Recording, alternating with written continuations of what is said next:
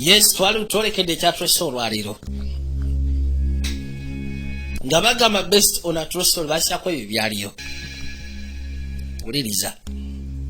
90% of cops unagamba nti 9 ku 10 career.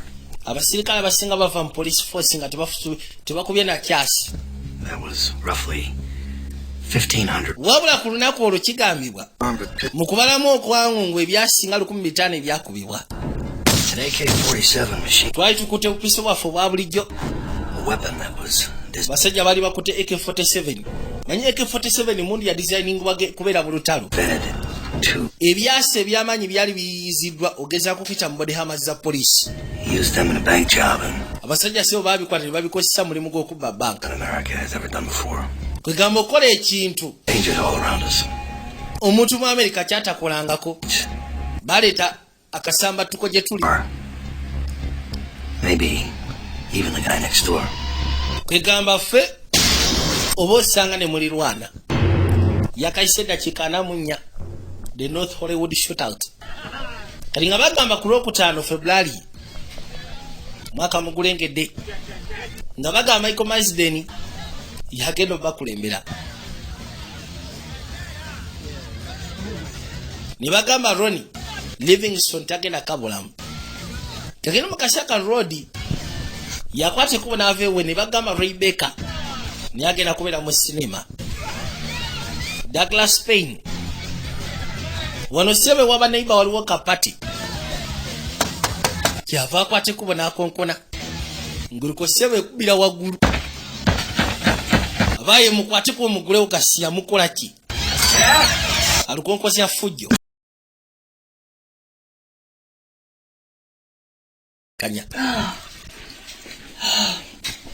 n'akwate kubo n'akoma weeka. You okay? Oli okay? Yeah. Abaye akatuuka eka ne baddamu ne bakonkona omuziki. Wandibadde obeesonyiwa kono sigenda beesonyiwa. Zino embwa kati bwe zituuse zimanyira bumanyizi. Babalemesezza okweba akasebo. Kati yakwa kyava afuna kigiriba. Yajja buzi ku solido. Wano ku meter box n'abasalako omumeme. Abajjeko bujja masanyazi nga bagamba Mario Van Peebles naye agenda kubeera mu sinema. Tujjamu eyogera mu kayitibwa Solo. What they say? Bagambye ekikooti balina kye boogedde. Kati yakwati kubo n'akoma weeka. Aba yakebako bw'ati essaawa kwegamba ne kuba alamu. Yakateeka wansi omutwe bw'ati. N'akwate kubo kyava asituka. Kati oseka ki? Bali bamulemesezza okwebaka abadde afunye akasi akawummula. Kyokka ate alamu nevuga ey'essaawa. Nga bagamba William Bistic. Kageno mu kaseera kano baakoze erudda. Waliwo kabaka yali agenda maaso n'okusaba. Agamba Mukama amuyamba asobole okujjukira amakubo amatuufu mwagenda okuyita olwaleero. Alina ne Bayibula. Kyava asooka akajjuzaawo. N'akapika. Kati ate erudda. Wake up, Larry. Wandibadde osituka gwe ssebo. Budde bwakedde dda. Waliwo bakabaka babiri baabano. Oza saa meka. Make some coffee. Wandibadde osooka n'ofukayo katyayi. Kale ne bakuze bali waliwo omulala agenda maaso n'okwesettinga. Lodi bamusimba katyayi obudde bwakedde dda. Kusoma ku mpapula z'amawulire. Waliwo ofiisa gwe baakubye mu mbuga. You know any of them? Yeah. Omumanyi? He was a good man. Yali musaa mulungi. The academy together. Kubanga twayita mu academy family eya police. So you're gonna mail those taxes today? Yeah. Kati ogenda kwate kuwayitireyo olwaleero nti ye. Genda kuyitirako ewa meeyo olwaleero. Nakyakwe kujja mutereezi. Yajja akasiibule mu mpolampola.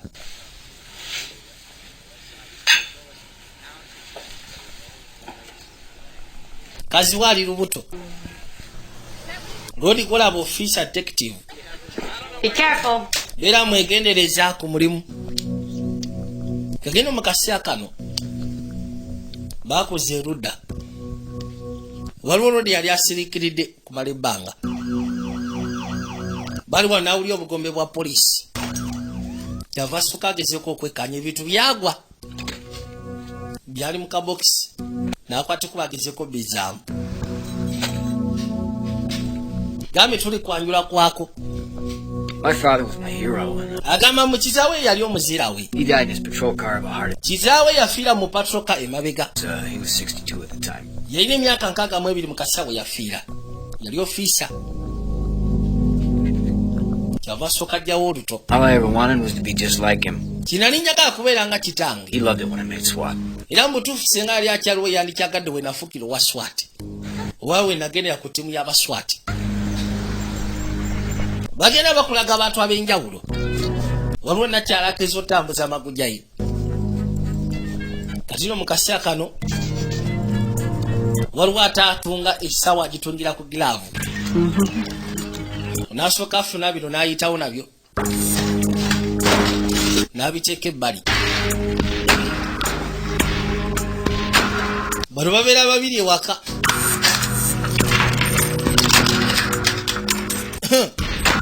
Eyo kasepiki mwanyi n'asooka ateekamu buleti.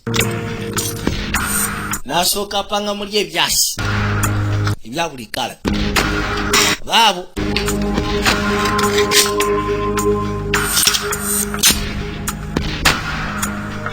laba ekyasi bwe kifaanana.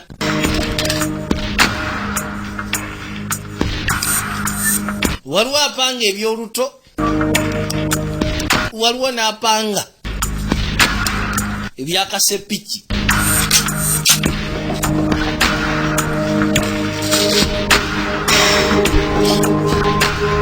Kyava asooka yiwako uniform ya poliisi.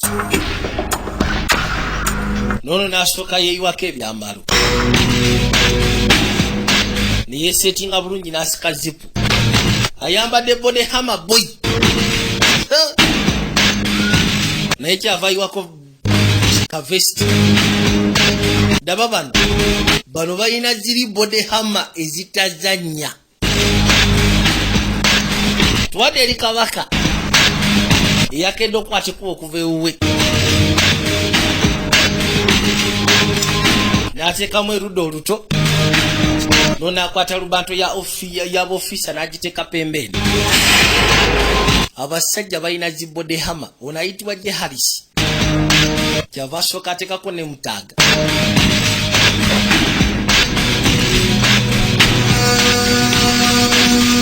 Waliwo abalina bode hammer ziri ezitazanya. Si b'ofiisa wabula balina bode hammer ezitazanya. Naye amala okwambala bulungi nnyo. Bwe batyo ne bakwateko ofulumayo. Daba emmundu ze bakwata AK-47. Bwe batyo ne bazaawo ne bagamba bagende. Weapons and tactics. And we respond to any situation. Unayagamba nti ffe ttiimu yaffe ya SWAT. Wouldn't really have the ekigwayo special weapon and tactics. handle. Tulispondinga eri violence yonna. Era nga bambala uniform ng'eyaba patrol. Babeera bakutte ebisa ebimu ebyawukana ku by'abapoliisi aba bulijjo. Ye ttiimu eyali etondeddwawo. Kati eno SWAT yaba LAPD. Abaayi. Kati kwe ssebo obadde luddawa. Nyina ba possible suspects wano eno. Ono abadde taliiwo. Baavaayo. What the hell happened in there? Kati kwe musiiko ki ekibadde kituusewo munda wali? I was there. Mbaddeyo. Hey, you gotta take it down a notch. Go Olina ogenda maaso n'okukakkana owulidde. get in the car. Biveeko tuyingire mu mmotoka tugende byesonyiwa ebyo. Abadde ssebo amulese mu rumu n'abagwagwa. Mugambe ebyo byesonyiwe tukwate. Past the hour and it looks like another beautiful day in the City of Angels. Kati waliwo katyopa akagenda maaso n'okuripootinga amawulire. Captain Chuck Scott. Ku bikwatagana ne traffic. Tuli maamuka ga Hollywood. For a getaway. North Hollywood. Trouble spots we'll be telling you about in the next update. Bagenda maaso n'okunnyonnyola. Clear blue. Wajja oyinza okuyita watali jjaamu. Bye. Budde bwakumakya. And we will have a complete Nga bw'omanyi obudde bw'okumakya ebiseera ebisinga jjaamu akwata nnyo. Robbery Homicide Division. Onagamba nti yali akola mu sekita y'aba robbery homicide division. We get all the high profile cases. Ebiseera ebisinga ffe twakwatanga emisango egy'amaanyi. Potential. Al Pacino and Heat. Kati nga bw'olaba bino ebyaba Al Pacino mu Heat. Friday and all that. Okitegera. The only difference is that enjawulo eriwo eri nti those guys don't have to juggle 75 cases. abo bagayisi tebalina kujagulinga 75 cases. Prioritize. And abo bakwasaganya ebyababbi. my priority was them. Ffe priority yaffe yalinga ku basajja abo. The high incident bandits. Twali twabafunira n'erinnya eriyitibwa the high incident bandits. Erinnya lye twali twabafunira HIB. Make an early withdrawal. Bali sebo baba bakutte kubo kujja bakola kye bayita early withdraw. Ambushed them. Bali sebo bamaze okwambushinga kwegamba banki seziwerako. Bakuba abakuma ku miryango. Bakozesa emmundu z'amaanyi. Hard a bank job is unheard of. These guys were an anomaly. Mbutuufu okusisa ku bank job zizonna ze nali mpulidde oba banka ze baali babbye. Bano abasajja baali basukka ku bantu aba bulijjo. We make promises like that all the time. Nakwate kubona ensikana na mwandu w'omu ku mabanka bwe baali basse. That we mean it. Ne mugamba tofa bano abasajja tujja bakwata. Ebiseera bisinga tukola ebisuubizo ng'ebyo. Another armored car. Then 2 more banks. Nawulira mu ssebo baali babbye ekimotoka ekitambuza ssente. Most dangerous kind. Waliwo ssebo era banka endala bbiri ze baali babbye. $1 million. Ne batolokawo ne miliyoni 2 eza dola. The good life, and they wanted to live it. Kimanyi kiri kimu kyokka baali bagalagezako kutambulira mu kye bayita good life. Bulamu obulungi. They disappeared into the wind one day, but I knew they'd be back. Lunaku lumu bakwata ekkubo ne babula. Nga bamaze okukola emirimu egyo gyonna wawona nakimanya nti balikwata ekkubo ne badda. Hey, did you see that? Olengera ekyo. Porsche 911. Lodi abadde agenda maaso n'okunyonnyola ku babbi ababadde babba. The Germans. Kumala enfunda eziwera. They practically make you a jerk. Era nga ye mu police force akola mu kiyitibwa Robbery Homicide Division. Naye nga bakola ku cases eziyitibwa the high incident bandits. Be basajja be bakolako. Bano abakola early withdraw. Bajja n'emmundu ezitazannya. Mexican girls. I like the girl there. Kati waliwo abakwateko ne bajja bagenda maaso n'okuwaya. Twabye bali ku banka emu nga bagamba Bank of America. Morning, sir. Hey, Louis. Amakya amalungi. What do you think of my new wheels? Kiki oyogera ku motoka yange empya kono nsufu. Njagala nnyo gold kono champagne. Color. It's called champagne. Kala gyerimu sebo bagita champagne eyo. Girengera. Hey, working hard and one day you'll be able to afford champagne. Genda maaso n'okola ennyo tomanya gye bujja maaso ojja kwaffordinga champagne. Anti era nange kyesaba gasiya. Bano bazze kola. Kati erudda waliwo afanda akumba. Ono aba agenda yeeyira kyayi. Bano b'ofiisa. Hey, you can say if it hurts. It's okay. Bwe biba bikulumya osobola okumbulira. Kiri okay. Here we go with that whole women can Manyi owoozaho. because of childbirth in years. Abakazi beefula nnyo mu balumi nnyo nga bazaala kyekkyokka. Stand the pain of childbirth, Henry. Kiki osobola okugezaako otegera ku bulumi bw'okuzaala gwere Henry. You take that one of the salsa honeys. Teach me how. I can salsa Don't dance. start that again. Totandika bintu ebyo. I got flavor. I got mad flavor. Yeah, Nze nyina flavor zange ssebo. Central 9 Adam 37. Kati baba bali wano 9 Adam bafuna radio call okuva ku switchboard. 5 Family 5242 Radford. Baba wa address nga babagamba se waliwo ka domestic disturbance. Waka domestic violence. Coming up over the Hollywood Freeway, Tudde ali bannamawulire abasindika amawulire ku bikwagana n'ejjaamu. South Highland, where a tractor trailer is broken down in the number 1 lane. Kakalino mu kaseera kano Streets. bano balodi ababiri bavuga emmotoka ne basooka bagipaakinga pembeeni. Bamala ogipaakinga pembeeni ne basirikirira.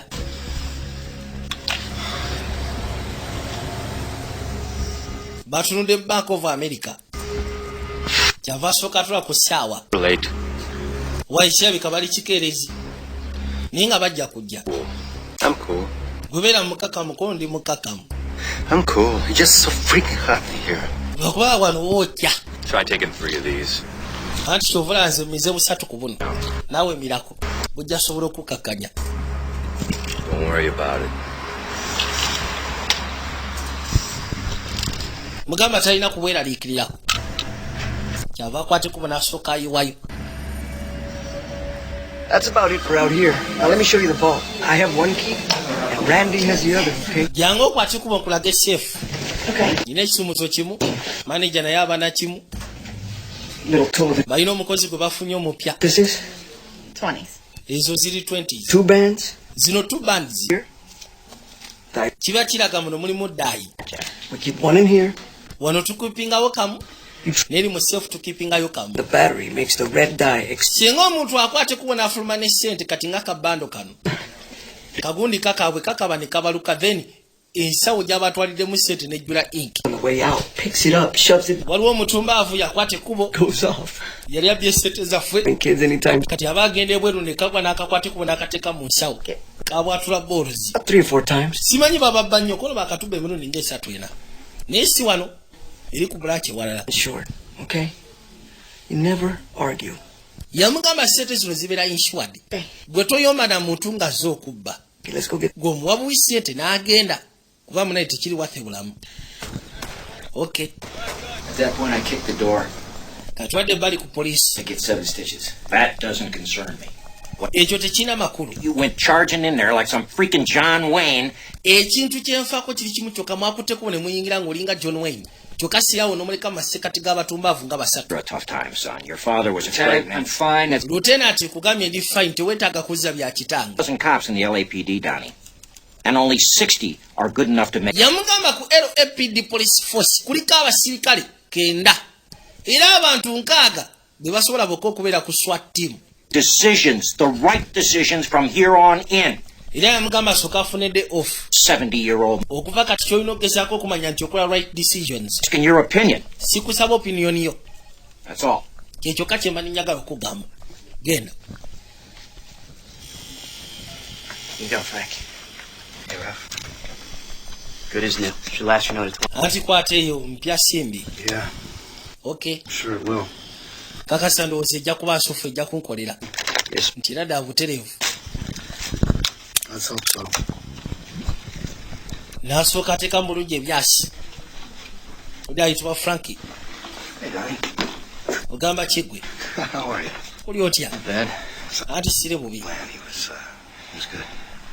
Kizaawe yali musaa musufu. Together 77th, right? He's my. Mwasavinga mwena ku 77th kono ye. That was a different department back then. Naye ate mu biseera bwe yali department ya njawulo. Here. I gotta run.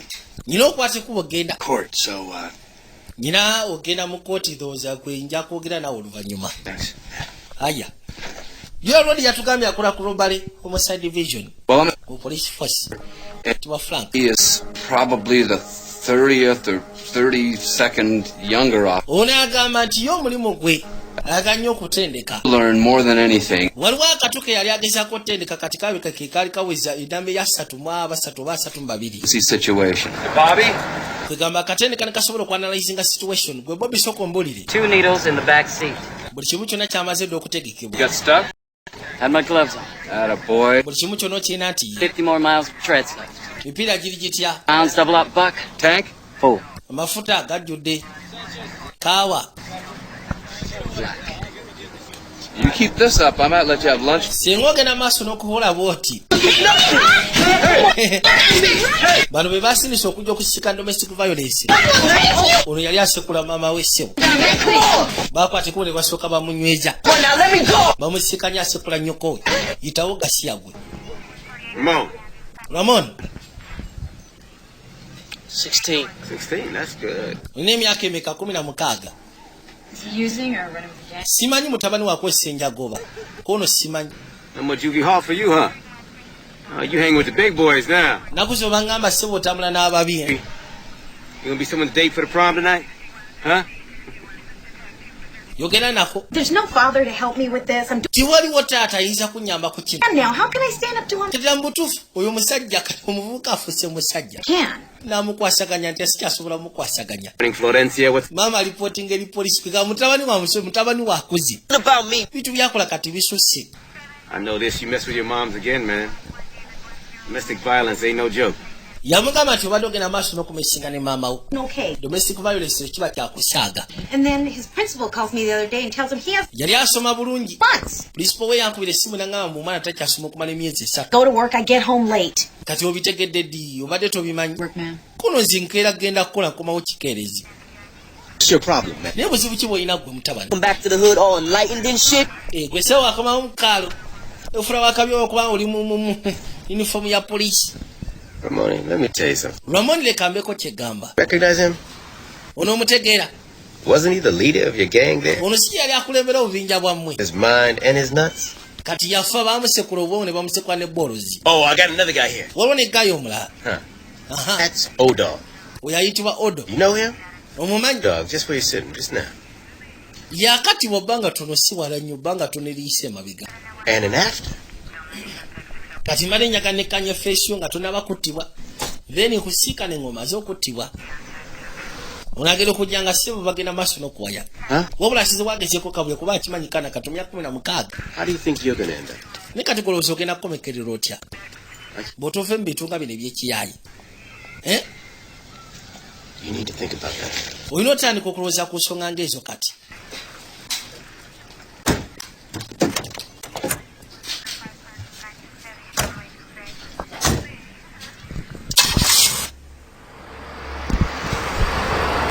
Tuwadde w'abaana abaswami balina ssebo AK-47. Your junkies. Robbing banks in the morning and watching them. Naye mutuufu bano abasajja babeera nga banywi banjaga. Bakwata ekkubo ne babba banka ku makya oba emisana. Ne batambula ne bagenda ne baddeeka akawungeezi ne bekkaanya. Ki kye baakoze ku mawulire. Testifying in the Cortez case? Ogenda gezaako testifyinga mu musango gwa Cortez? Done on that? Ki? Yeah, the cop. I think he's guilty. Nze n'ozoona omusirikale gumusinga. 3 cops involved. Anti bali basatu tali omu yekka. All 3 of them must be guilty. Kale bonna basatu kirabika gye basinga. Kano kannamawulire. You're gonna say anyway, right? Right. Si kyogenda okwogera. So now you've got a source. Kati olina source, Back in '65 it was the Watts riots, then early '70s the Hillside Strangler, and mu myaka gya 1600 eyo byali bituufu 1700 ebintu ne bijja nga bikyuka. on their houses at night. Then along came Katonda watu. these. Kabadde kazifuna information kuva mu ye. Well, by then we all became a bunch of racists, right? Mu 1900 awo It's gonna be a while. we baakubira omuddugavu emiggo. 39. Fernando za tufuka ba racist si bwe kiri. Big time at Riviera. Kati babagamba nti omulamuzi agenda kkerewamuko. All right, thanks. Okay. You know you forgot OJ. Weerabidde O.J. Simpson. Imagine that. Okay. I'll tell you what. Omanyi? Why don't you come by my house? Lwaki okwata ekkubo n'oyitirako ewange? I'll show you my Nja kulaga ebikwatagana ku nze. size 10.5. Nja kulaga engatto yange gye nakozesanga mirimu gyange. The other one's somewhere in Brentwood. Nyambala sayizi 10.5 ejjudde enfuufu. Era ba Franka. Lodi abadde azze ku kkooti kusiikana sseyaabwe gwe ba indaitinze. Naye asiikanyo kadamawulire. Kati mu kaseera katwadde eri b'ofiisa bano. Payback. You're gonna get us in trouble, Henry. Naye mu butuufu ogenda tuteeka mu buzibu gwe Henry. He's the one in trouble. Oli yali mu buzibu sife. Sometimes you got to do what you can. Ebiseera bisinga olina ogenda maaso n'okola ky'oteekeddwa okola okuyamba abantu. Seen photos of a live case. Ogenda maaso n'omulaga keesi. Omulaga ebifaananyi by'emisango gye tukolako. Me, I don't stand up for Hey. You don't know shit. Gwe tolina ky'omanyi ku beliefs zange Henry. What I'm saying is, these days you could look at a suspect Kyegamba nti ennaku zino mulimu suspect gw'ojja okwata ekkubo ogende maaso n'okunyomereza bw'otyo. before a trial board. Tufune obuzibu okimanyi ekyo. Ono ye alina bilifu nti omuntu asobola okukyusa.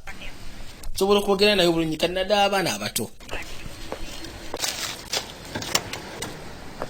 Kwata ekkubo najja gy'ali. Kyuka gwe. I can uncuff you. Leka nkuggyeko empingu.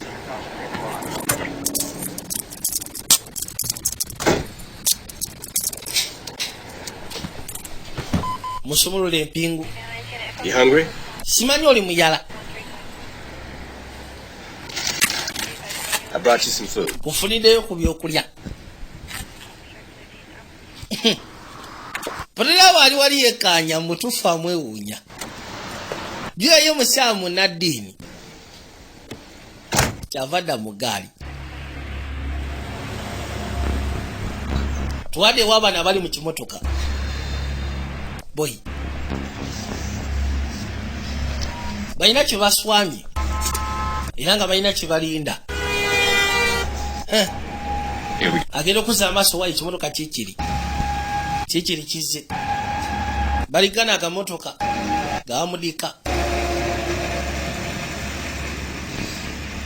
Kati bagenda okuzza amaaso nga kigenda.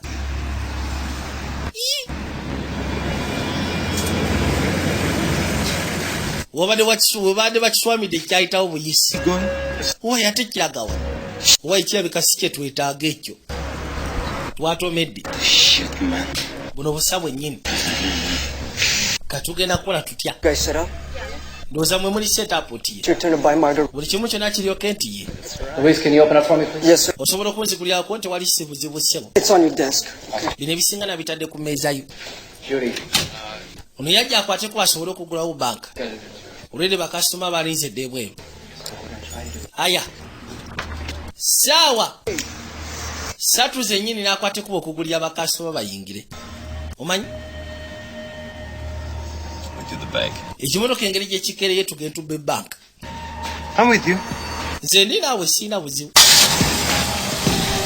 agambye ekimotoka engeri gyekikereye tugenda tubba ebbanka ne basooka bagateeka tyemba hello Hi, honey.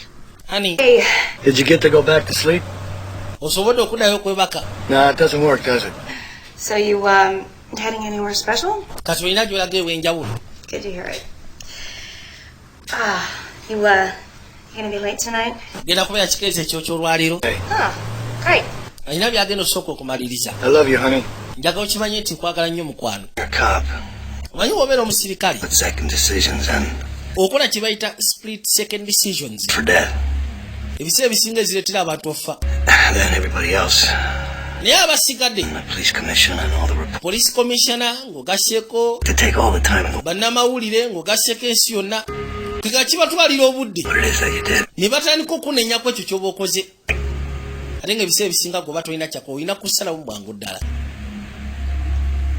And sooner or later, mu bwangu ddala much of that shit can you take? kwegamba kituuka ekiseera nga tusasobola gumiikiriza mbeera eyo That's it. I'm gonna turn in. n'ogamba owaayi kati we bituuse enkooye sikyasobola gumiikiriza mbeera eno kalino februali nga 28 1997 juya baatugabe basyako ebyaliyo bano abasajja bapakinga emmotoka ne basooka bateekako zino zimasiki bamala oziteekako basajja bawagguufu ne bafulumayo nezi AK-47 They're nice. Yeah, and they're fun to drive too.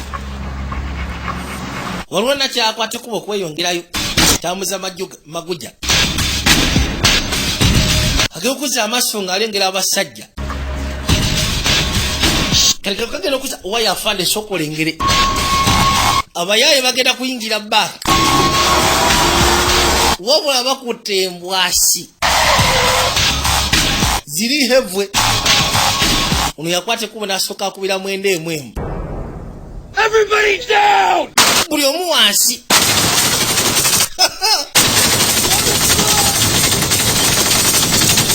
kye bayita AK-47 boy eri etulika Head down!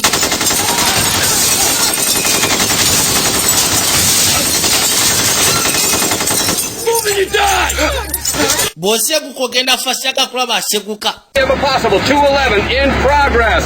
banaye waliwo obubbi obugenda mu maaso ku Bank of America With AK-47. abasaaba bakutte AK-47 boy 211. Let's clear this street. Got it. All units, 211 in progress, 6600 Laurel Canyon. Shots fired. ne batandika okugenda maaso n'okuyita units zonna eziri okumpi byasi byatandise dde ovuga ne babawa adress Described as large males wearing body armor and carrying bagamba nti abasajja banene bambadde bone hammers ate bakutte AK-47 That day, I was ready to say enough, and then ono agamba nti ku lunaku olwo mu butuufu okusyako ebyo bye nali mpise mu police force nali ntuuse nga njagala gamba kimala kasayininge mbisayininge you can turn your back on. wabula ate bw'omaliriza n'ofuna call oba tokyasobola kiddukamu Stay down! Attention all Valley units. attention all available units waliwo obunyaguluzi obugenda maaso Officer needs help call is the most important call you can get. ono agamba nti singa ofuna call okuva ku switchboard Trouble. yekola eba ekyasisa okubeera ey'amakulu gy'osobola okufuna Yeah. nga bakusindika information ne bagamba nti bofisa bali mu ttabu PD was family. My dad was nze mu biseera byange ebikadde years. kitange Died when I was very young. mama nge yafa nkyali muto nesigaza kitange yali ofiisa State. kati LAPD b'ofiisa banne bakwatanga ekkubo ne bajjeeka ne bafuuka bakika kugamba ne bafuukira ddala bakika That means your family. so that kati bw'owulira ekintu ng'ekyo nti waliwo tawo oluguddwawo abasajja basekula bulabula n'ebisigadde oba omanya nti famire eri mu ttabu kati jjukira ali ku swat yakwata ekkubo najja erudda kyava asooka atumira abaana bayitewo tebalina budde bwe bato ne basimbula swat special weapon and tactics.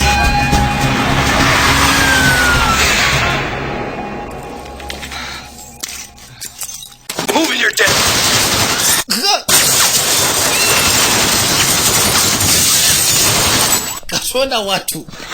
I did 2 tours of Vietnam, and there's 2 things you never forget. And the sound of a machine gun. Those 2 guys were packing AKs, and I had a 9mm Beretta gun. 15A39. I want 1 unit on the north side, 1 unit on the south side, 1 unit around back if possible.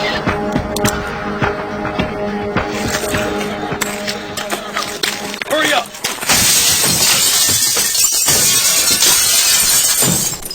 Abasajja bayingiddewo kibalese kubba. What? Yitawo. Second set of keys. Who got them?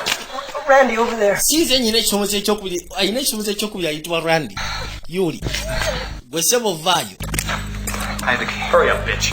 Leeta ekisumuluzo gwe yitawo.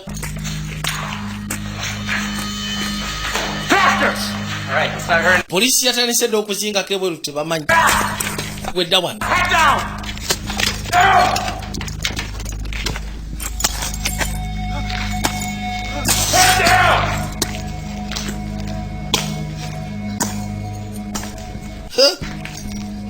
Bali serious. There's something going on out here. I don't know. Kati ono musatu akola mbya parking yagamba aliwo ekigenda maaso wabula simanyi kigenda maaso bulungi. Nekyabika ekigenda maaso si kyangu. Kati bano abaali bagenda maaso n'okulipotinga amawulire ga traffic batandika okulipotinga nga bagamba nti waliwo ekigenda maaso ku banka. Kati erudda waliwo engeri y'akalwaliro. Ne be baali bakula amanyo bajja bekkaanye.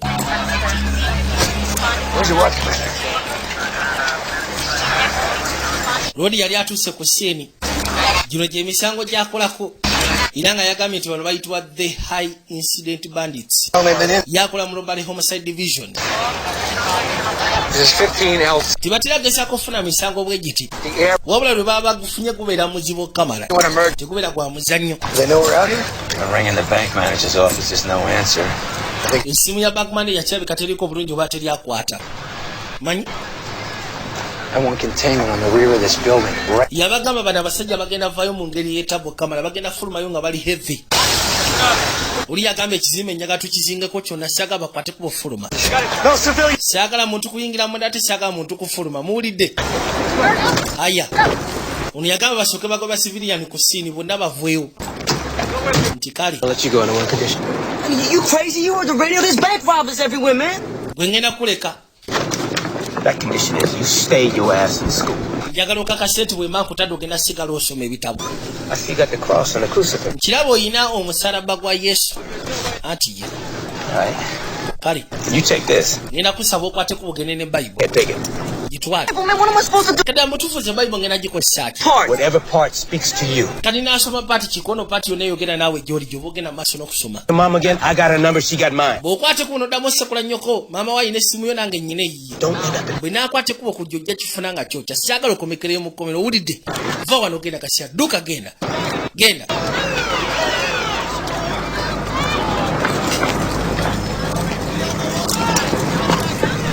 Naakwate kuba okusembera erudda. Ono yakimanya kirabika omuvubuka amulesi. Yasooka n'atuuka embali n'atunuulira Bible. Ono inakyali yakubidde poliisi. These two guys just hold. Waliwo bagaya abakutteko okuyingira mundaawo. You need to stand back. Tugenda kusaba oyimirire emabega. You need to stand back. Sitaani ng'emabega maama tukusaba busabi. 170. 405 is clear but slow in both. Eno ssebo walikirira naye ate egenda mpola. Skybox. Got fly. Fe aba Skyfox fe tugenda maaso n'okuripootinga. Bano bali ku jaamu. Balipootinga jaamu. Tulage okuza amaaso okwekkaanya. Wayise okulindeko. Waliwo kyalengedde poliisi erina akabanka kezinzeeko. Bill. We got a live feed up. Wayi tulina ka live feed. Progress, North Hollywood. Kyalika waliwo ababbi abagenda maaso n'okubba ka Bank of America. Shots have already been. North Hollywood. Okay, good. Go live. Kirungi kale mukayisiemu ako. 3. Pulogulaamu yaliko bagisalako. We interrupt this program for a special report from. Tusobodde okuyingira pulogulaamu eno ne ka special report waliwo ekiguddewo. Kale abantu abali okupya obatandika okuvaayo omwomu batandise okuvaayo omwomu. Balaba poliisi ejjudde wansi. Kyupa zeetooloola. Kiki kigenda mu maaso. Here, they've got to give up. Commander, hello? Ono musatu ageza kuyita ku radio kola wa. Barodi bayitawo.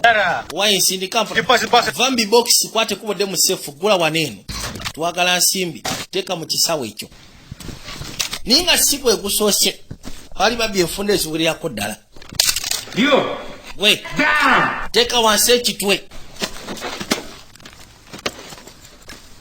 Kyava soka abala obudde. Wayi mwangwe tugende. Kugambye kawansi. N'okusija kwa kiseti yabwe kirabika na bagwira. Yangu ateka mu sete tugende. Send it over here! Well, you want to drive. Kati bano balina akaduuka we baatuukira. We got a major incident going on. Tulina ka major incident akagenda maaso across wali eri ka bank. Tugenda kusaba tukozese ku kifo kyo nga post. Okay. You can expand that perimeter right now. Kati bakwate kubo ne bajja. Tables here. Bamaze ofuna schematics za bank. Bache twanise blueprints. Hurry up! Aya. Don't look at me! Gwe siakala ontunuulire. Apparently in the Kujja ng'oyagala kufuna kibalula. people are in the bank at this time. Jim, Kelly, we'll get back to you as soon as we have any more details. The direction is on the American Pacific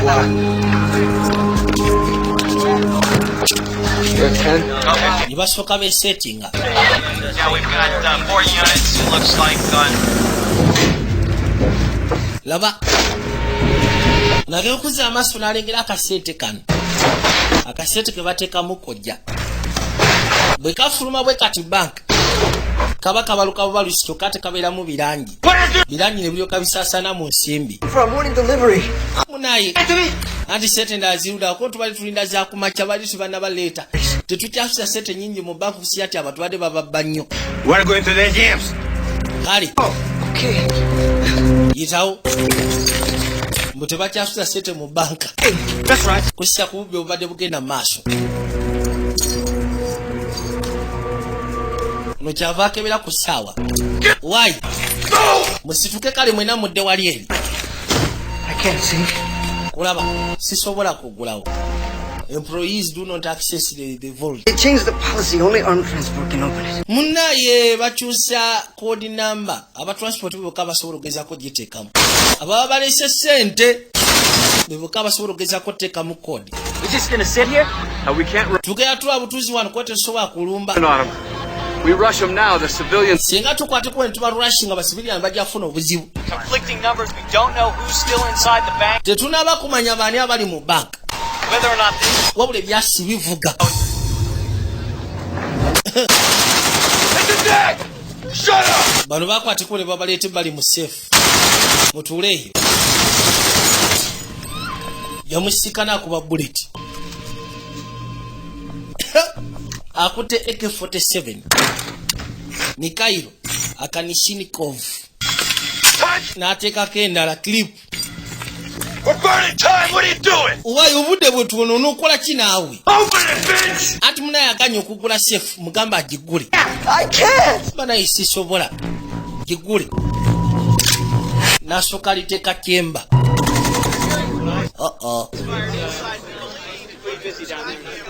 bawulira byasi munda kati no mukasa kano bonanga baswami bakakanya omuyayi yakuba sefu ebyasi onagera okuza amaaso ebweru ng'obuduuke bali bukalu poliisi ebaswami. Come on! Why can't you get it? We are no said that now. Okay, come on. Okay, what are you going to do now? Can't you get it? Get out. You guys weren't playing games. The black mask, the eyes. But I was said about it. You know, Bali Madaka Kokoro Kadugava Masoga. it was scary. Mutufu Bali Batisa. Get out of there, really. I thought At least Simaniting and Simatuka. I'd be, you know, seeing one dead Latino right here. Zenamanya Charichimunto, Latina Genda Kufor, Waliro. Koka Chivalione Kamanyaka Genda Fatika Genda Simatuka. Larry, who got the money? Why to Mazofuna set a cat? Stay out. Oh man, Abasajja we bali ebweru. Bana mawulire no baguse. Kano kakwati kuboneka bayitamu kwe kujja. Why soko fulume waliwo kyembazi. Kwate kuba olumbe wali erigwe. Zingenda siga kusoko kwati wano microphone. Buli omu yeetaaga gokya. Ono yayita unasooka ayingire bali mu vita. Akutte no kamera oyinza okwokya akutte mbwasi. Alinga akutte ekizuka. Gwe kyuka genda. We'll have to find another way. Ogenda fune wala jogeno kuita. Your meeting. Nina meeting mu dakika 10 mu ndaawo. Now back it up. Meeting yote tukwata kukwate kubo kyusemo toko dema begagasia yangwa. Go back. Dema bega. Go. Kila mukazi onanjagaza ati abino byesagala. Nzize mu meeting kyokazi za mabega. Confirm at this time. Laba. Gunmen, we are monitoring the situation. We're going to stay overhead as long as we tugenda gena maso no kumonitoringa situation kanina abagwagwa bafuluma. Wabula bambadde zibode hama. Zirienka. Buno bu 9mm tebusoba na kuyitamu.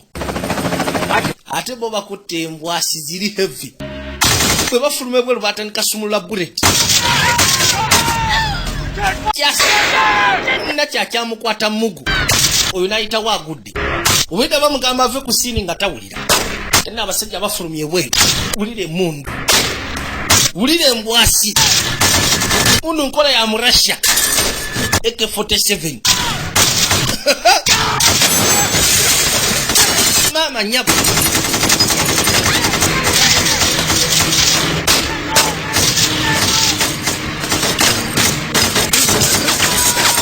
Katonda watu.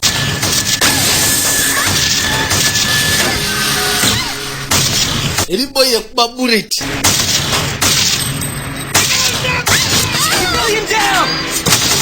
Kwesigala wasitwa seguka. Nakya abamukwasija mugu. Bana bali mu kalwaliro. Musawa abakula omuntu erinyo. Ono bakubye omukono.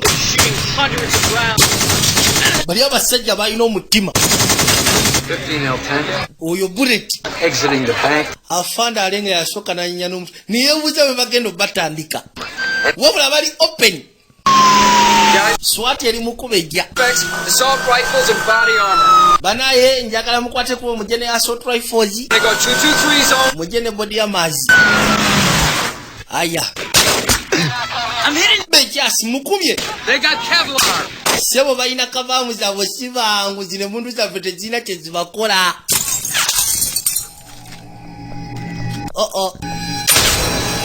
Bejasi yenyenya mbwenyenya.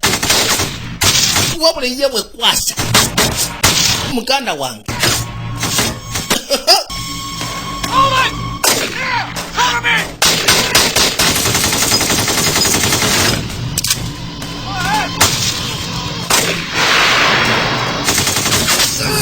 Ono bamukwasija mugu. Naita wagudde tatu. Nasooka kuba omulanga. Wewe. Jawulira bullet gyakyusa. Nesooka ekolera. Mama nyamu.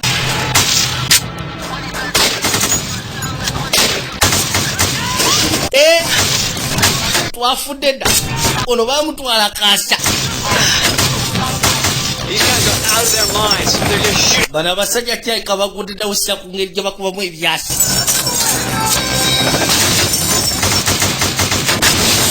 bakuba emmotoka musatu nasooka kakkana wansi ziri embwa tezizanya balina ofisa gwe basekudde yamugamba sooka onywera awo nywera nzija yajja amusikeyo oli akyusa clip babuleti Jim Kelly, I'm here live on Laurel. Jim banaye siruga ndi live waneno Currently in progress. abasijja bakuba ebyasi It's not coming from bakuba ebyasi nemuka kusiya katonda abantu abanyuma okuba ebyasi be badda mawulire And we're all Bank in North Holland. LAPD. ku TV wona sebo ge mawulire agaliko Storm of bullets. ono ye mukazi wa Frank Anything and everything. geno kyusa kyano zonna nga ge mawulire agaliko I've been asked to respond. katonda watu Of a cop, you learn that every day, any day, could be the day that he doesn't come home. So you can either obsess and go crazy, or you do what I did, which is denial. agamba nti bawe buli kaseera akwatanga ekkubo genda mu field Bad stuff. ye n'atiba nti oba osanga buli lunaku lwaba tagenda kudda oba si buli lunaku lwagenda osigalayo naye kati nga kyolina okukola mu butuufu kiba kimu kyokka either okubeera obuze sinakyo oba si ki okola ye kyeyakola kwegamba obeera mu self-denial mbu tewali kiyinza mumutuukako ono yeetoolodde ludda oyo basekudde waliwo civilian gwe bakwasa kati ne bajja bakyuse clip lodi n'abaza agenda ataasa omuntu yajja agenda ataasa omuntu kumbe bamaze okyusa akasijja ne kamulabu kakyusamu katini bwe kati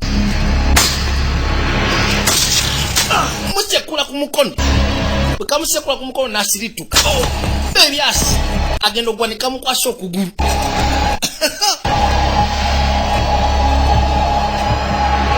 musatu eno ali ku ttaka Help a civilian has been shot, civilian akubiddwa ofisa asekuddwa but he appears to be seriously hurt. kirabika ali seriously hurt kwegamba alumiziddwa bubi nnyo buleti afuse buleti abasajja basumulula ebyasi baali bazze ssebo ne clips eziwerako ammunition eziwulirako ddala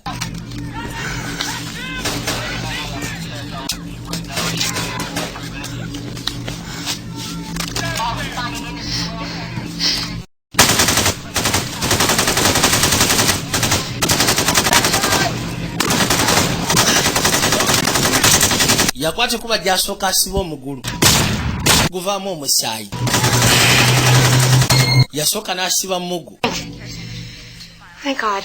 katonda yeebazibwe Don't worry about anything. teweeraliikira ku byanze nze ndyoke TV, yeah? Oh, yeah.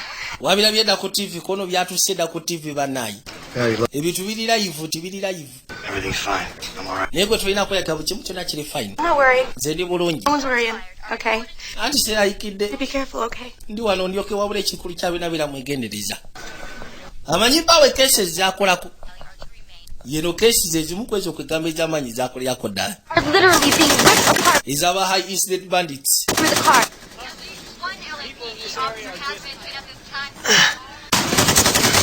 ono musatu n'asooka alya kanvaali erudda bakubayokko kasajja ne kakyusa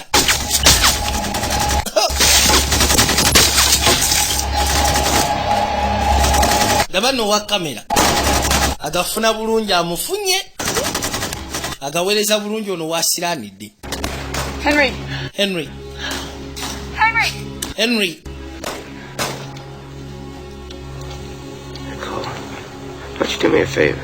niko lwaki tonyambayo ekintu kimukono kyonna kyoyagala You go ahead and pray for me. wandibadde onsabira I already have. ekyo kyonna kimaze dda All right. okay then kati tolina kweralikira siina gyendaga oba omaze dda okwosabira Burbank and off 170. abaswati bali mu kkubo Command process 43, David. I need someone on tack 1 right now. ndaba nno obuzibu bayitidde kalwere baguuse ku northern bypass nga ssebo waliwo kajjaamu PTA. Frank, I'm about 10 minutes out. I'm gonna need someone to walk me in here. mutuufu ngenda kusaba omuntu anyambe eddakiika 10 zembuzaayo tuukawo naye Body armor, AKs. It looks abasajja balina bodeyama balina zi AK-47 yatemera wano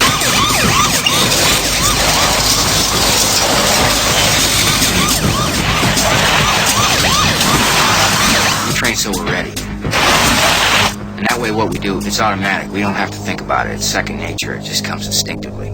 Onagamba nti ffe twolire twali batendeke basufu. Era ng'ekintu kye twali tulina okukola tetwalina kuddawo kwegamba kiddawo kirowoozaako nnyo. Kyali kijja buzi instinctively. Firing non-stop. Why soka tudde munda? Base kule byasi ne basoka bakwateko okudda munda mu bank. Kati baze kuli loadinga. We got these. Yeah, right. They got nothing but that. Tuina zino nti ye. Ate boti balina kyamakulu kye balina okugyako obumundu obutonti butereevu. Civilians are lying wounded, some critically in the civilians waliwo abalumiziddwa. report of another uniform so that has been Waliwo officer ali mu uniform ali erudda. We can't wait for SWAT. Mbotufu tetugenda kulinda SWAT tulina okuyamba ku bannaffe. Ono yakwate ku bajja ayambe mu ngeri esoboka yonna. Bleeding. What? You're bleeding. Okimanyi nti govaamu omusaayi. Unagenda okwekwatakwata nga bamuyisaako erudda bullet. Kono ze ndyoke. Earlier, kati bakutte kuba okudda munda ku reloadinga.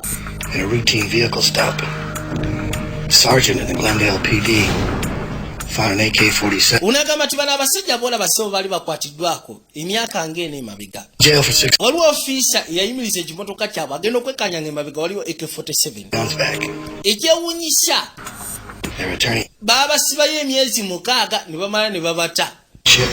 Looya waabwe n'abawolereza eri omulamuzi n'agamba nti babaddize emmundu zaabwe mu balina ozitunda basobole osasulira obumenyi bw'amateeka okubaawo mu nsi yaabwe.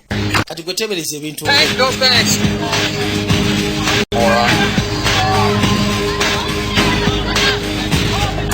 15L10, requesting the V100 horror unit. Copy that. B100 rescue unit is on its way.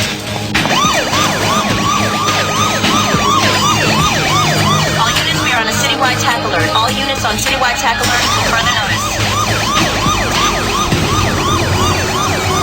15L10. Hold your positions. They could Basatu kyakola n'asooka anyweza ekisipi. hold your positions. Henry. Henry.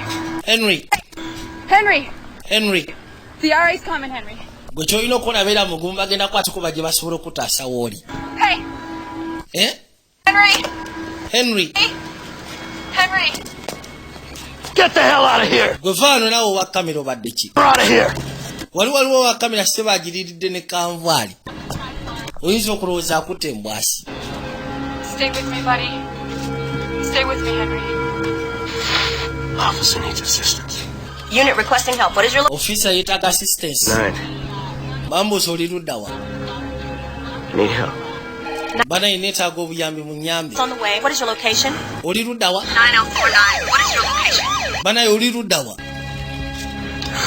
9049. Yagwa mu bugwe maanyi. 9049. Kano kamulengera. 49. Takyasobola kunyweza mu kugulu kwe. 9. Officer down. Code 3. He needs help. Code. Bana yo officer ali wansi yeetaaga obuyambi.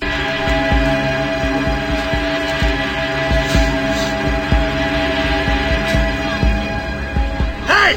Gwe. We gotta get that man out of here! Tulina okuyamba omusajja oyo aveeyo. What do you... Mu bwangu ddala. I'm gonna take this car! Ngenda vuga emmotoka eyo. Wait for me! Njeetooloole gwe nninda awo. Ngenda vuga emmotoka yeetoola akwateko basobole otusembera wali eri. We're coming for you. Anti nywera munaye tugenda kukima wooli. Beera mugumu.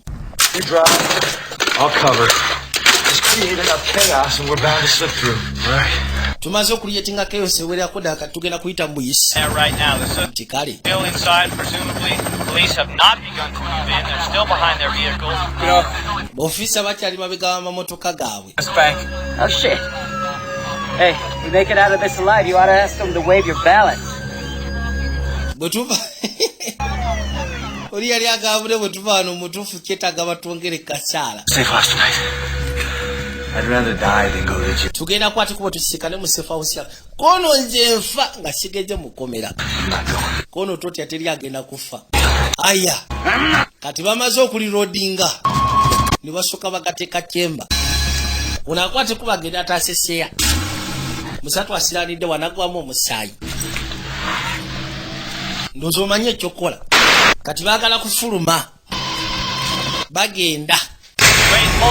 Ne badda ne bafuluma. Aya. Neddamu neeseka buto.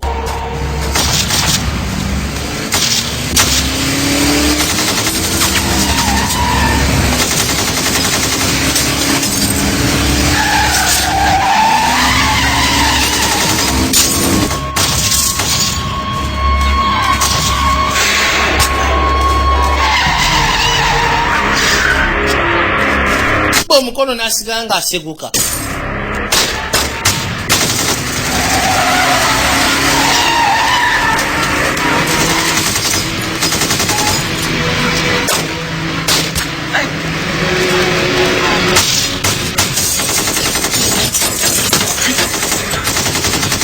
Bakoze akayumba ka sikaali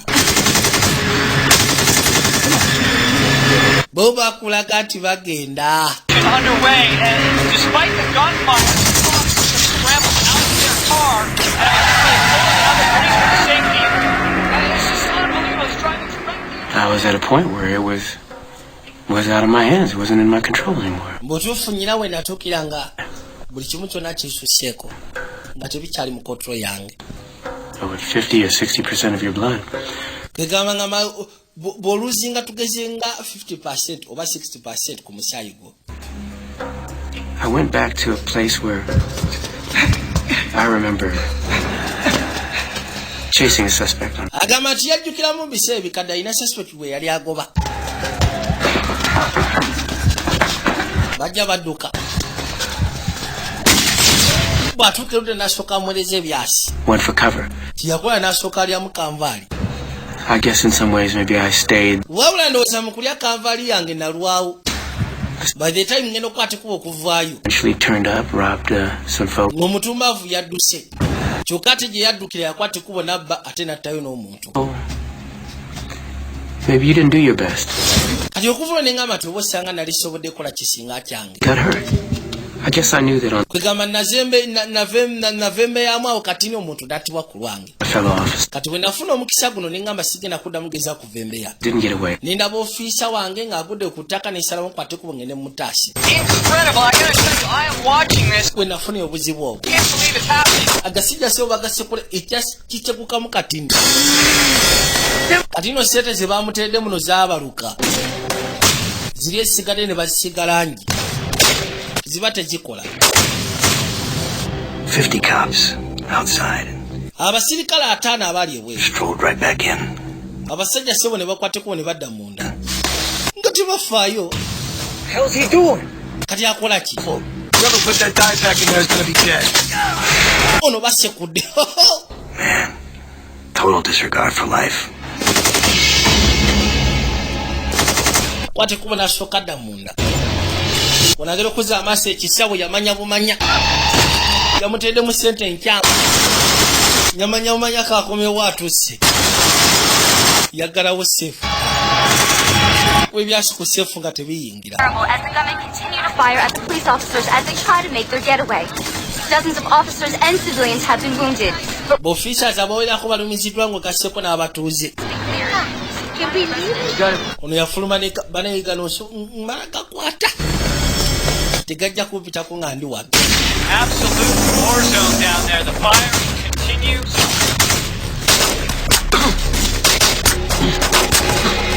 Bakikuba tekina gye kiraga. Ne kisituka. Kibadde kimanyi bakikwasiza. Ku mutwe kwokka kw'osobola okikuba. Naye omutwe si mwangu kutayiminga. Kino bakyakifunziza. Keep the police pinned down, although these brave officers are refusing to back down. Officer baganye okubakinga down. Ne kizzaako endala. Well, it looks like one of the gunmen reached into his car. What's up? Mwaga kufunamu omusera. Come on, Nick. Namwe mujje. Continue to fire at him.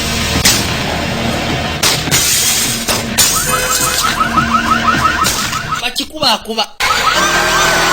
Bakiremeseza obulamu. Abaswati banoonyeza banya. 43 David, we are eastbound in an alley heading toward Laurel. Should be there in 2 minutes. Tubuza mausi 12 mu dakika tugenda kuba tutuuse. The policeman's return fire doesn't seem to have any effect. Ekintu bakikuba wabula tebakiteekako obuzibu bwonna. Kisooka kiweze abakyopo. We're gonna have to get out of here. Why, tulina osooka okuvaako wano akasajja kagatutta. Get out of there. Muveeyo mmwe. I will. It is complete. chaos here. This madhouse. Babaga baveyo kugamba. All your ass around the corner to B&B guns. Grab as many semi-automatic. Kwate kubo gende waliwo akaduka akatunde emundu bali. Funa emundu zonna zosobola ofuna automatic weapons. Kine wacho kyafuluma. Aya. Ne batandikira bebadde bakomye. Oli yadda mu motoka kati no njagala olabe.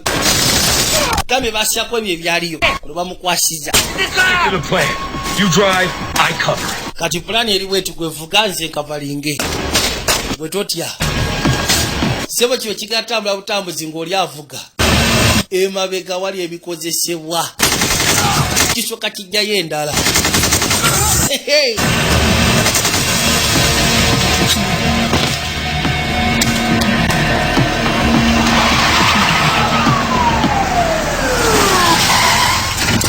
Waliwo akafa akatunde mundu.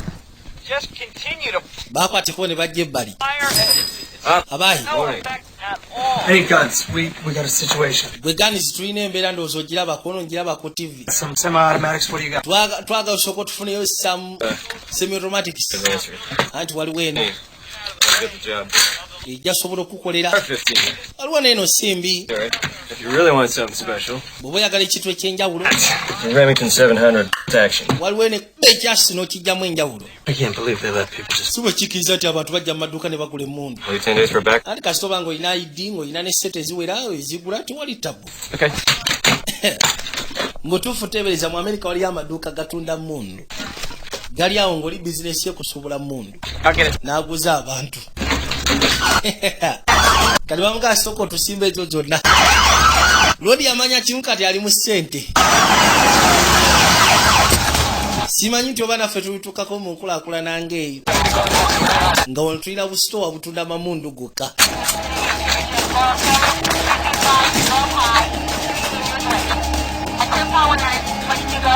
Command post, this is 43 David. We are at the scene. Let's go. Tutuuse ku ssiini. Kati abaswati baali batuuse ku ssiini mu kaseera ako. Possible third and maybe even a fourth suspect in the bank.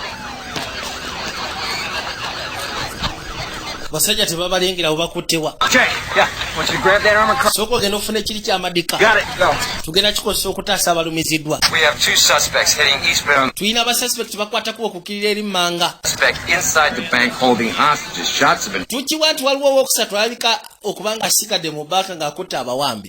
Kubanga ebyasi bingi obwedda bituwulira munda mu banka eyo. Ono si oba muggyeko emmundu yamanya mu butuufu olwaleero afudde mu bwavu. Kati ani agenda okusasulira? Anti munaye lisiti ogenda gisindikira meeya. Suspects are leaving the bank building. Baba no bafuluma bavaayo ku banka. Police officers. Omusebo ye agenda akuba buleti omulala ali mu mmotoka kyokka bavuga speed 2. Tebalinamu wadde okutya tebalinamu wadde okweraliikirira. Teebereza. Pulling out on, going east on Archwood. Quick, out of your way!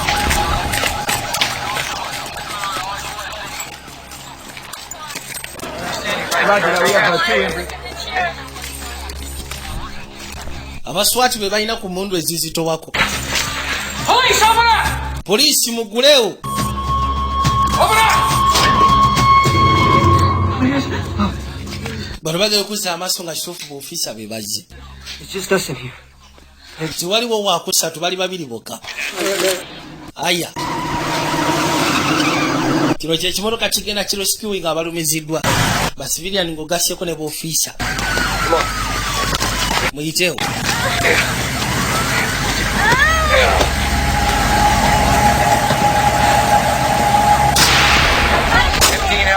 Officer advised that a clear shot of the suspect eastbound on Archwood from behind the supermarket.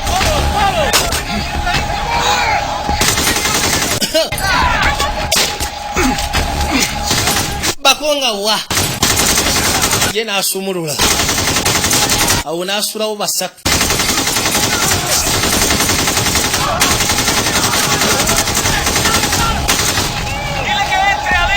Bajja babitaayiza naye muganda wange.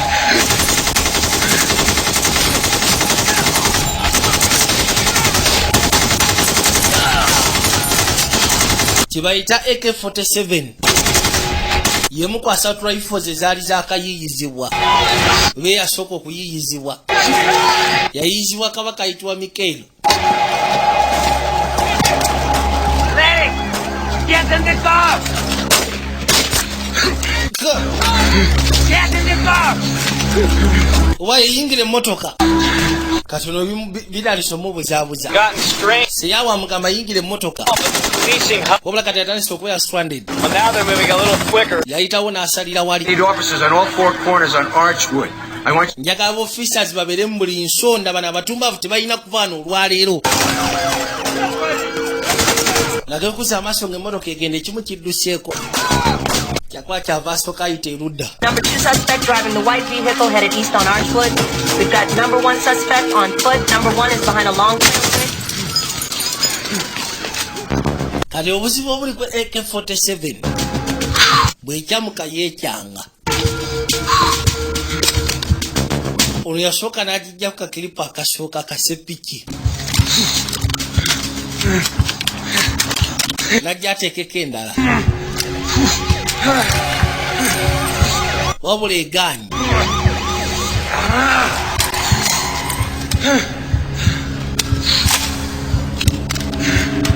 yekyanze tekyakateeka mu kyemba kugisikasikaku nga wa eyo n'agiwummuza wansi.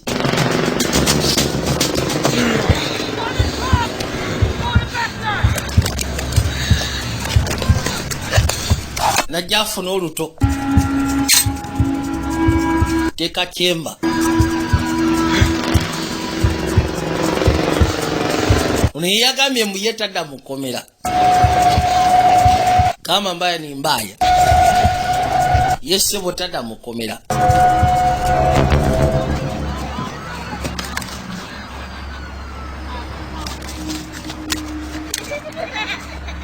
Hey, you kids! Get back inside! I'm a policeman! Go back in your house! Mumukwate kuwa mudde munda mayumba gammwe. Nze ndi ofisa. Dabano road. Sebo yajja na lugalo lwa fuck you. Tambula nga afande.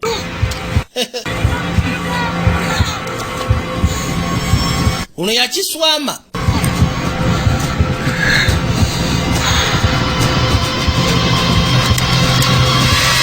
Bwe kimulaba kyesekula bwese kuzi bullet kyose bwe kyejjira waawo.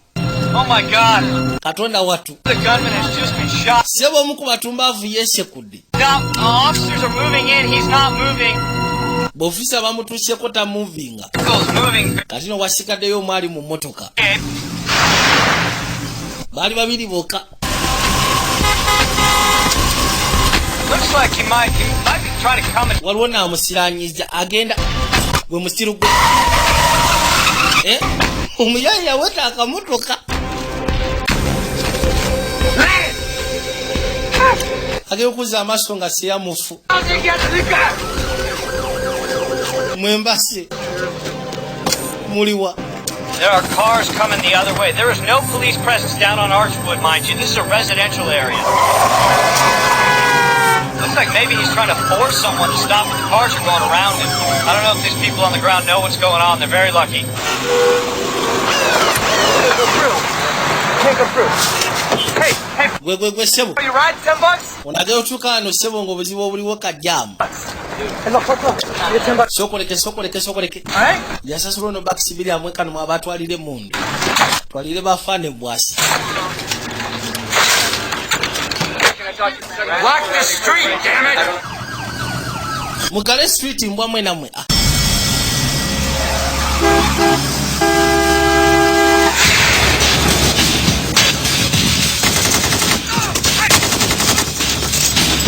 Okay, he's firing. He just shot through his own window.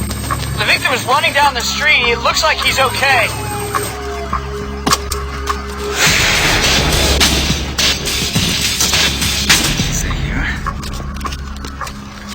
Well, it looks like the gunman's reached into his car. Yasoka nakwate kubona yetula najja mu motoka ye.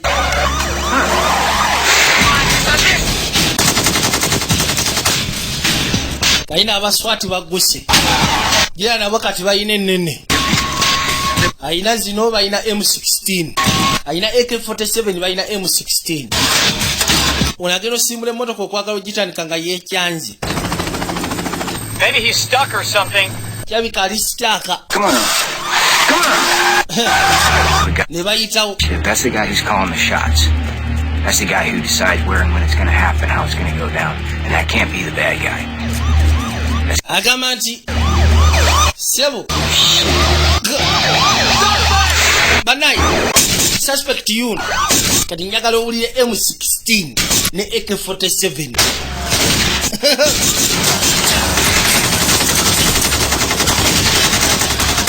Unbelievable.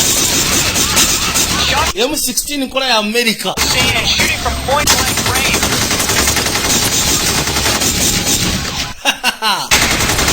Aya. Kasajja Sebo kali kamule muganda wange. Watch your crossfire! Mwegeneze mwengeri gye musasanyamu ebyasi. Boy. Kali kamu wabule kafusi ekirala. I got you covered!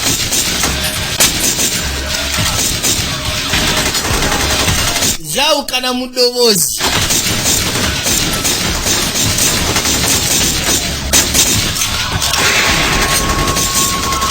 Nasika. Vayo. Abaswati balinga bana. Kasajja kali kamu. Ono kyabasooka kagwira kava. Yakabaza mugu. Kasetula ekigere. Nasooka akabaza. 1.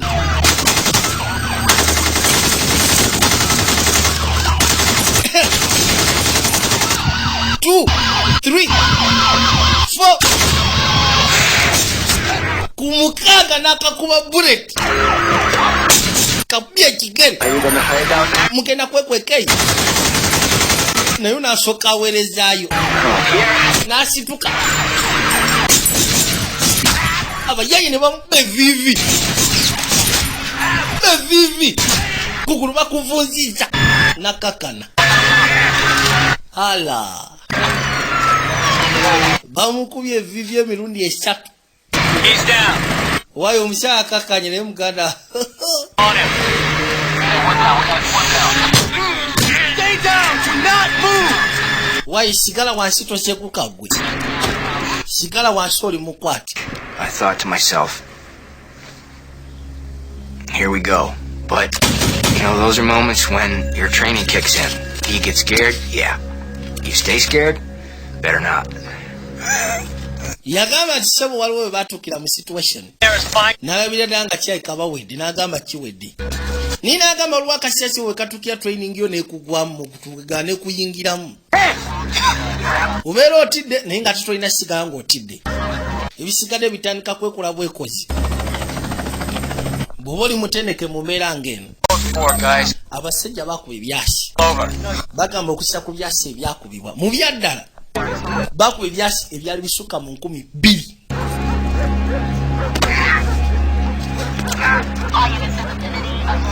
Rounds 2,000 ezakubibwa awo Sebo. 1,200 ez'ebyasi. Oli yanyenya n'omutwe kyava akwate kubo ne yeeyongerayo. N'ekyo omukisa ekyaliwo bambi tewali baalumizibwa. Era okujjako bano bokka be baafuna obuzibu. Batibwa.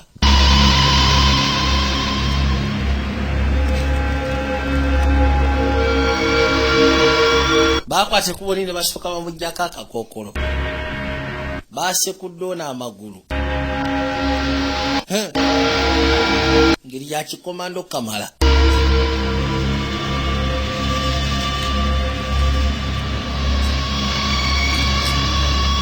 We generally are supposed to have the firepower. They had the firepower that day. We had the willpower. But you know what? I'll take the willpower over the firepower any day. Unagamba ati abo abasajja Sebo balina omutima okutusinga. Bisigadde basigala kulawuna kwekkaanya. Gambe tuli kayitibwa 44 minutes. North Hollywood shootout. Era nga bassako ebyo byaliyo. Bino biri mu likode.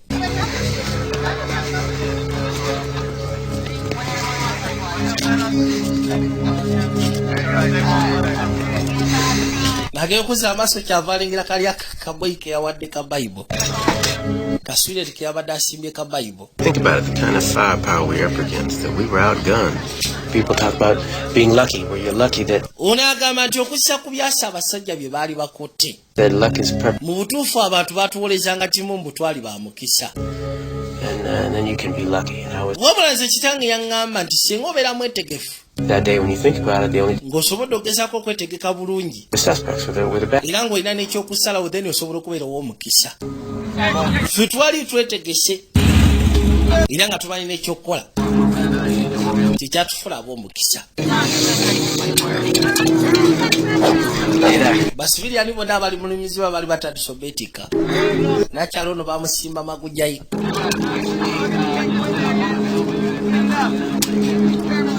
Their partner. Hey, thanks, Bobby. Wayi partner soko ofuleko okunywa kono webale Bobby. Ekyewuunyisa ne namukadde yabadde mu kayumba k'abasikali. Yafaayo alyoke. Oh, sir. Daba nno kye bakoze emmotoka y'ono champagne. Yeah, I know a buddy in East LA that can fix that airbag. Nyina kyali wange gwe manyi asobola okutereerezaawo. Kikatwalitse omujerega. How fast everything returns to a state of normalcy. In fact, the very next day there was a line of customers outside the bank, and one of the customers was complaining how the bank didn't open on time. Hey, life goes on, I guess. Así no es la vida. Se va adelante. It's kind of weird the way it happened. The morale in the LAPD was at an all-time low. The public was all over us, and then all of a sudden, out of nowhere, this happened. After that, even the media were calling us heroes. Nobody becomes a cop because they want to be loved. They become a cop because they love the job. But every once in a while, you get to put away some bad guys. And on that day, in 44 minutes of sheer terror, not a single officer ran away. And everybody did their job, and I think that means something. And in 44 minutes of sheer terror, there wasn't a single officer that ran away. Not a single one. I think that means something. That's our out. Good? Very great.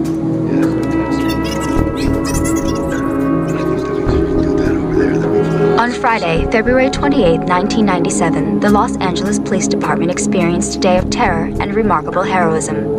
The North Hollywood bank shootout will long be remembered as one of the country's most shocking displays of criminal behavior and an outstanding example of professional, heroic law enforcement.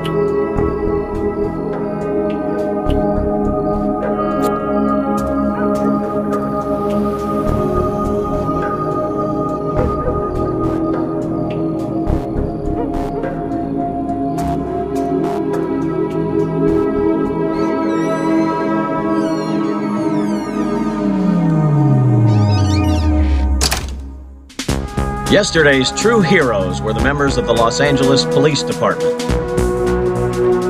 One thing everyone agreed on was the bravery shown by the police department. Police officers tell me they're just overwhelmed by the amount of support they've received. Now the officers are standing by this community, doing their best to support the community as they try to move on with their lives. My dad works in North Hollywood, thanks.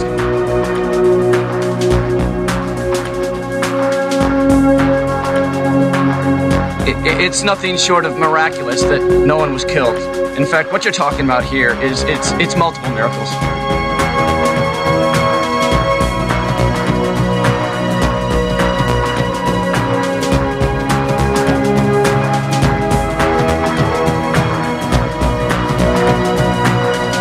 For actions above and beyond the call of duty, 17 LAPD officers were honored today for their heroics during the 1997 North Hollywood bank shootout. Yesterday's true heroes, of course, the Los Angeles police officers. Without bulletproof vests, without the same firepower, courageously tracked down and stopped the two heavily armed gunmen. I personally thank Commander Waller at the North Hollywood Police Station. The heroic behavior of many officers yesterday has triggered an outpouring. All of you officers of the LAPD, thank you. Many sent cards, yet others threw them. But thank you for what you did. All of your officers. We're 32 years living in North Hollywood, and we really appreciate everything that you've done.